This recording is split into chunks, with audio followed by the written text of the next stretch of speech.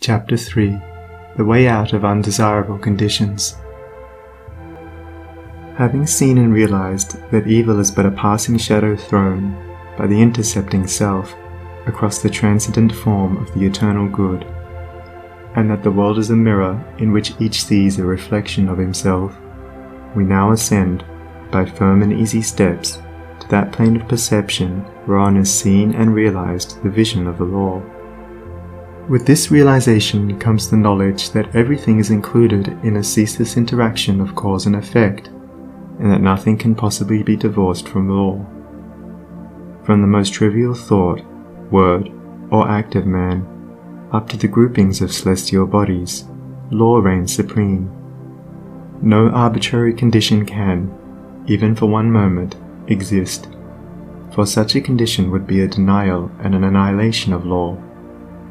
Every condition of life is, therefore, bound up in an orderly and harmonious sequence, and the secret and cause of every condition is contained within itself. The law, whatsoever a man sows that he shall also reap, is inscribed in flaming letters upon the portal of eternity, and none can deny it, none can cheat it, none can escape it. He who puts his hand in the fire must suffer the burning, until such a time as it has worked itself out, and neither curses nor prayers can avail to alter it. And precisely the same law governs the realm of mind: hatred, anger, jealousy, envy, lust, covetousness. All these are fires which burn, and whoever even so much as touches them must suffer the torments of burning. All these conditions of mind are rightly called evil, for they are the efforts of the soul to subvert, in its ignorance, the law, and they, therefore, lead to chaos and confusion within, and are sooner or later actualized in the outward circumstances as disease, failure, and misfortune, coupled with grief, pain, and despair. Whereas love, gentleness, goodwill, purity are cooling airs which breathe peace upon the soul that woes them, and, being in harmony with the eternal law, they become actualized in the form of health, peaceful surroundings, and undeviating success and good fortune. A thorough understanding of this great law which permeates the universe leads to the acquirement of that state of mind known as obedience. To know that justice, harmony, and love are supreme in the universe is likewise to know that all adverse and painful conditions are the result of our own disobedience to that law. Such knowledge leads to strength and power, and it is upon such knowledge alone that a true life and an enduring success and happiness can be built. To be patient under all circumstances, and to accept all conditions as necessary factors in your training, is to rise superior to all painful conditions, and to overcome them with an overcoming which is sure, and which leaves no fear of their return, for by the power of obedience to law they are utterly slain. Such an obedient one is working in harmony with the law, has in fact identified himself with the law, and whatsoever he conquers forever. Whatsoever he builds can never be destroyed. The cause of all power, as of all weakness, is within. The secret of all happiness, as of all misery, is likewise within. There is no progress apart from unfoldment within, and no sure foothold of prosperity or peace except by orderly advancement in knowledge. You say you are chained by circumstances. You cry out for better opportunities, for a wider scope, for improved physical conditions, and perhaps you inwardly curse the fate that binds you hand and foot. It is for you that I write, it is for you that I speak. Listen and let my words burn themselves into your heart, for that which I say to you is truth. You may bring about that improved condition in your outward life which you desire, if you unswervingly resolve to improve your inner life. I know this pathway looks barren at its commencement. Truth always does. It is only error and delusion which are at first inviting and fascinating. But if you undertake to walk it, if you perseveringly discipline your mind, eradicating your weaknesses, and allowing your soul forces and spiritual powers to unfold themselves, you will be astonished at the magical changes which will be brought about in your outward life. As you proceed, golden opportunities will be strewn across your path, and the power and judgment to properly utilize them will spring up within you. Genial friends will come unbidden to you. Sympathetic souls will be drawn to you as the needle is to the magnet, and books and all outward aids that you require will come to you unsought. Perhaps the chains of poverty hang heavily upon you, and you are friendless and alone, and you long with an intense longing that your load may be lightened, but the load continues, and you seem to be enveloped in an ever-increasing darkness.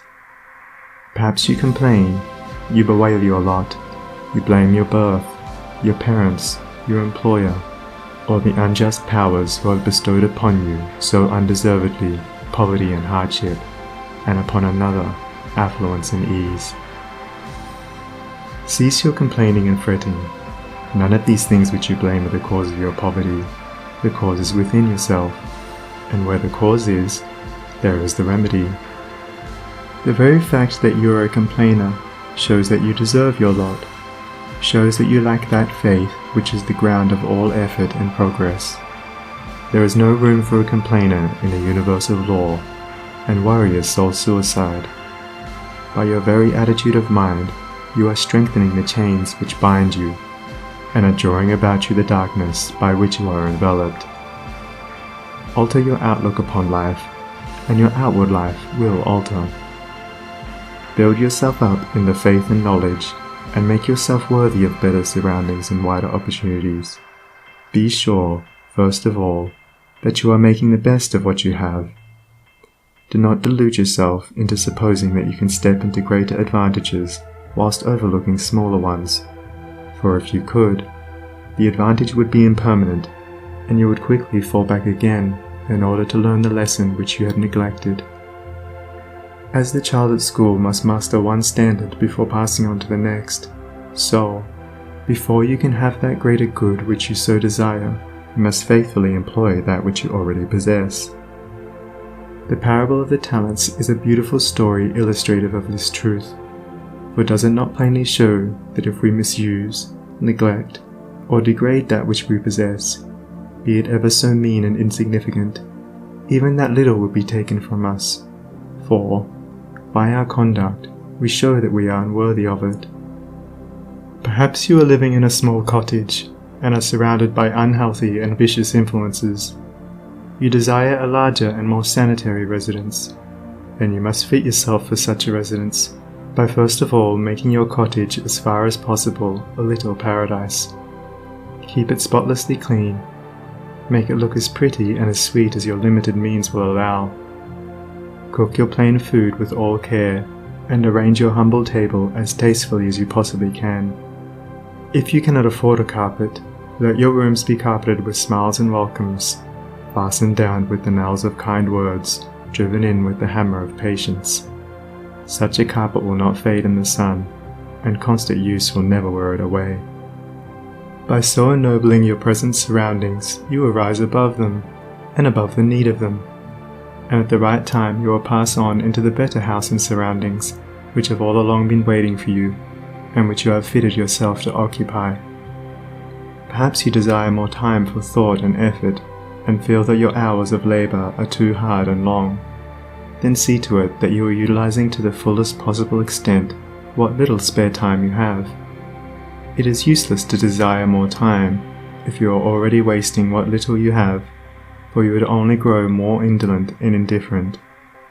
Even poverty and lack of time and leisure are not the evils that you imagine they are, and if they hinder you in your progress, it is because you have clothed them in your own weaknesses, and the evil that you see in them is really in yourself.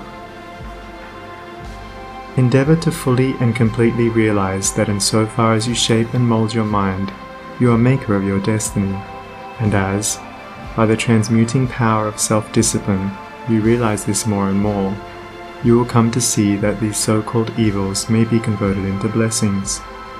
You will then utilize your poverty for the cultivation of patience, hope and courage, and your lack of time in the gaining of promptness of action and decision of mind, by seizing the precious moments as they present themselves for your acceptance. As in the rankest soil the most beautiful flowers are grown, so in the dark soil of poverty the choicest flowers of humanity have developed and bloomed. Where there are difficulties to cope with and unsatisfactory conditions to overcome, there virtue most flourishes and manifests its glory. It may be that you are in the employ of a tyrannous master or mistress, and you feel that you are harshly treated.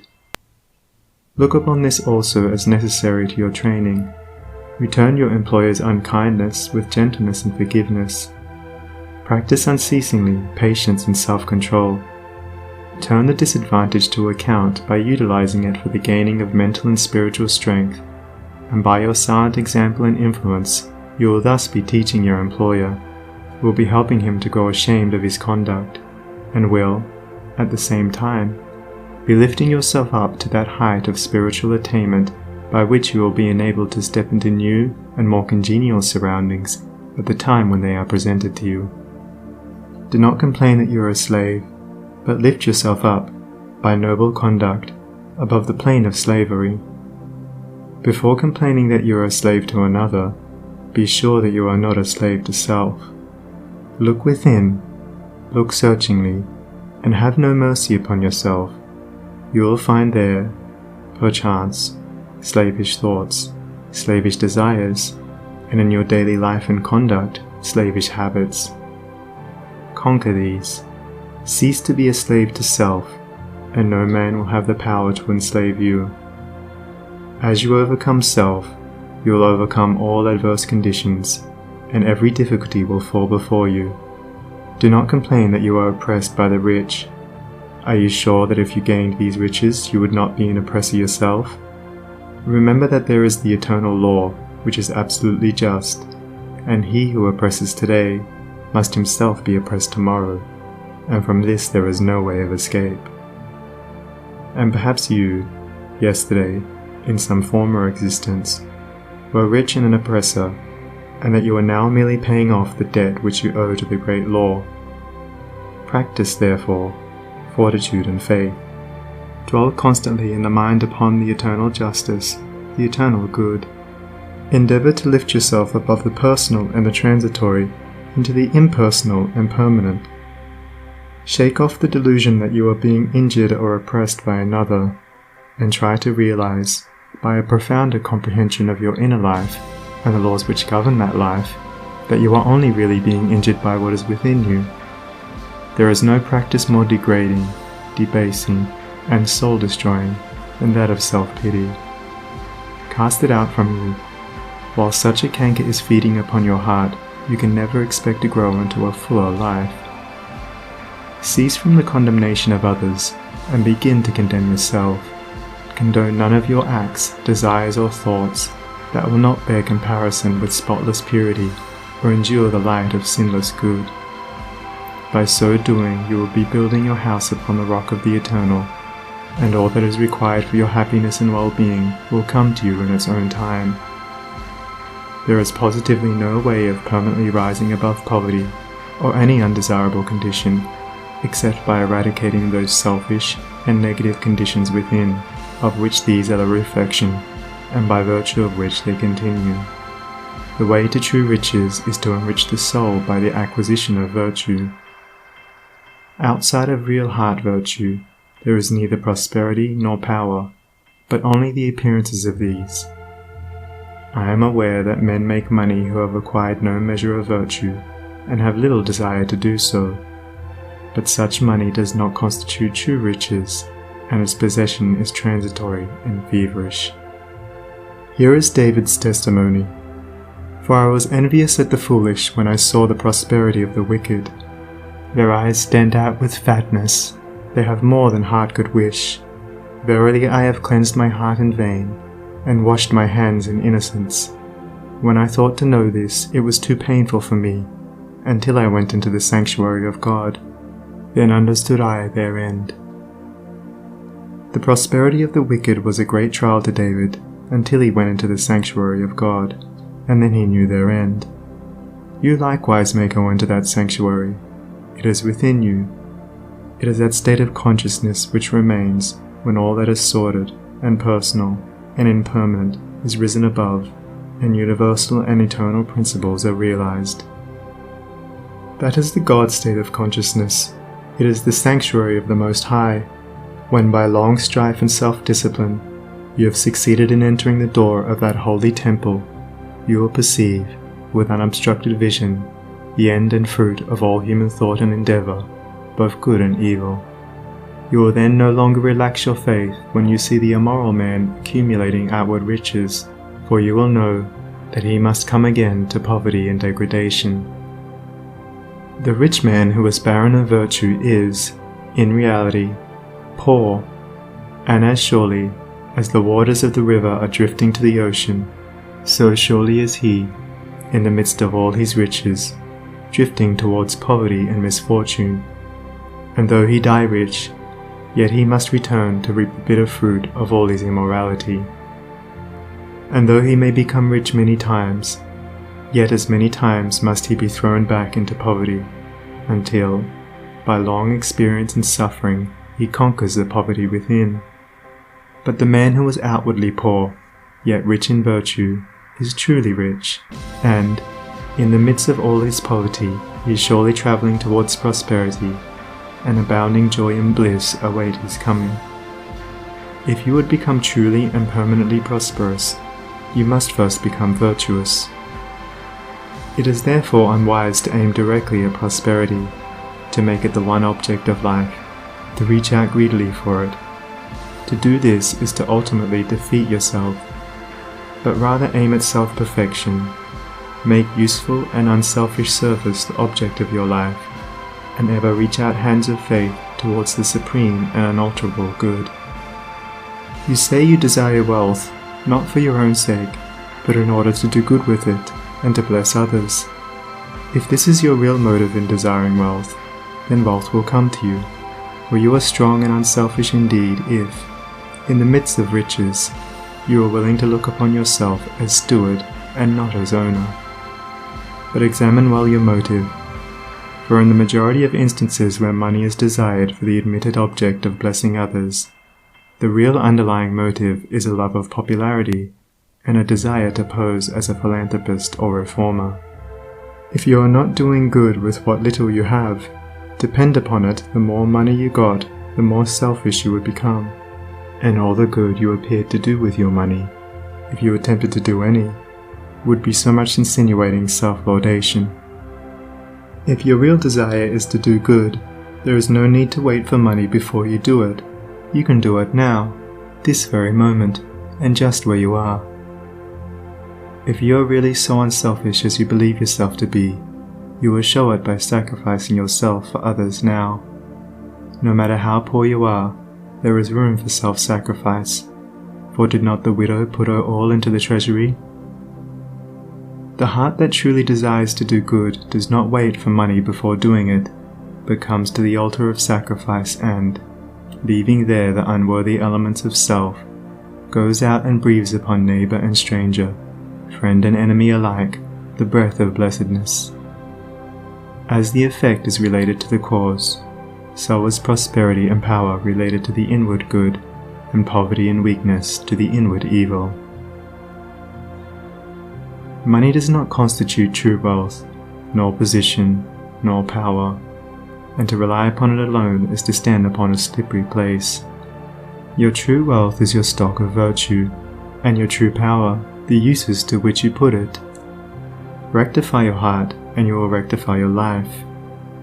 Lust, hatred, anger, vanity, pride, covetousness, self-indulgence, self-seeking, obstinacy, all these are poverty and weakness, whereas love, purity, gentleness, meekness, compassion, generosity, self-forgetfulness, and self-renunciation, all these are wealth and power. As the elements of poverty and weakness are overcome, an irresistible and all-conquering power is evolved from within, and he who succeeds in establishing himself in the highest virtue brings the whole world to his feet. But the rich, as well as the poor, have their undesirable conditions, and are frequently farther removed from happiness than the poor. And here we see how happiness depends, not upon outward aids or possessions, but upon the inward life. Perhaps you are an employer, and you have endless trouble with those whom you employ, and when you do get good and faithful servants, they quickly leave you. As a result, you are beginning to lose, or have completely lost, your faith in human nature. You try to remedy matters by giving better wages, by allowing certain liberties, yet matters remain unaltered. Let me advise you, the secret of all your trouble is not in your servants, it is in yourself. And if you look within, with a humble and sincere desire to discover and eradicate your error, you will, sooner or later, find the origin of all your unhappiness. It may be some selfish desire, or lurking suspicion, or unkind attitude of mind which sends out its poison upon those about you, and reacts upon yourself, even though you may not show it in your manner or speech. Think of your servants with kindness.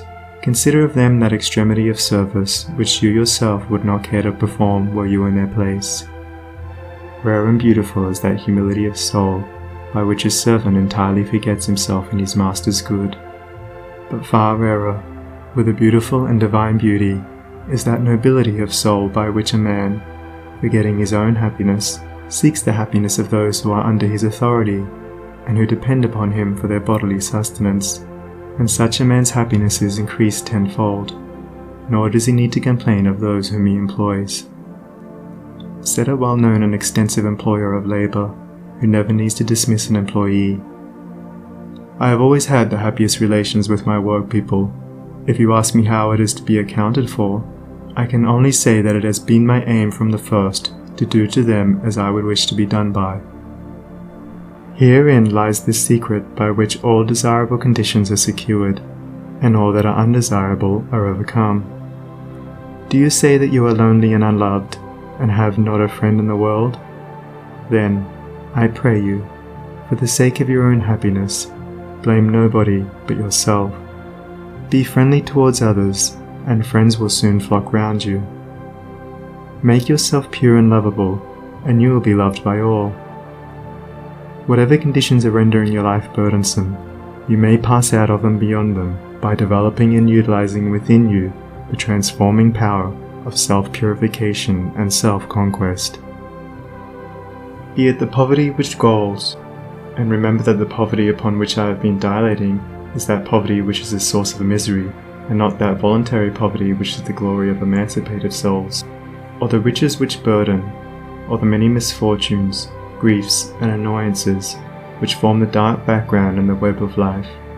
You may overcome them by overcoming the selfish elements within which give them life. It matters not that by the unfailing law there are past thoughts and acts to work out and to atone for, as, by the same law, we are setting in motion, during every moment of our life, fresh thoughts and acts, and we have the power to make them good or ill. Nor does it follow that if a man, reaping what he has sown, must lose money or forfeit position, that he must also lose his fortitude or forfeit his uprightness, and it is in these that his wealth and power and happiness are to be found. He who clings to self is his own enemy and is surrounded by enemies. He who relinquishes self is his own saviour and is surrounded by friends like a protecting belt. Before the divine radiance of a pure heart, all darkness vanishes and all clouds melt away, and he who has conquered self has conquered the universe. Come, then, out of your poverty, come out of your pain, come out of your troubles, and sighings, and complainings, and heartaches, and loneliness, by coming out of yourself. Let the old tattered garment of your petty selfishness fall from you, and put on the new garment of universal love. You will then realize the inward heaven, and it will be reflected in all your outward life. He who sets his foot firmly upon the path of self-conquest, who walks, aided by the staff of faith, the highway of self-sacrifice, will assuredly achieve the highest prosperity, and will reap abounding and enduring joy and bliss. To them that seek the highest good, All things subserve the wisest ends. Naught comes as ill, and wisdom lends wings to all shapes of evil brood. The darkening sorrow veils a star that waits to shine with gladsome light. Hell waits on heaven, and after night comes golden glory from afar. Defeats are steps by which we climb, with purer aim to nobler ends. Loss leads to gain, and joy attends true footsteps up the hills of time. Pain leads to paths of holy bliss, to thoughts and words and deeds divine, and clouds that gloom and rays that shine along life's upward highway kiss. Misfortune does not but cloud the way, whose end and summit in the sky of bright success, sun-kissed and high, awaits our seeking and our stay. The heavy pall of doubts and fears that cloud the valley of our hopes, the shades with which the spirit copes, the bitter harvesting of tears, the heartaches, miseries and griefs, the bruisings born of broken ties, all these are steps by which we rise to living ways of sound beliefs. Love, pitying, watchful, runs to meet the pilgrim from the land of fate. All glory and all good await the coming of obedient feet.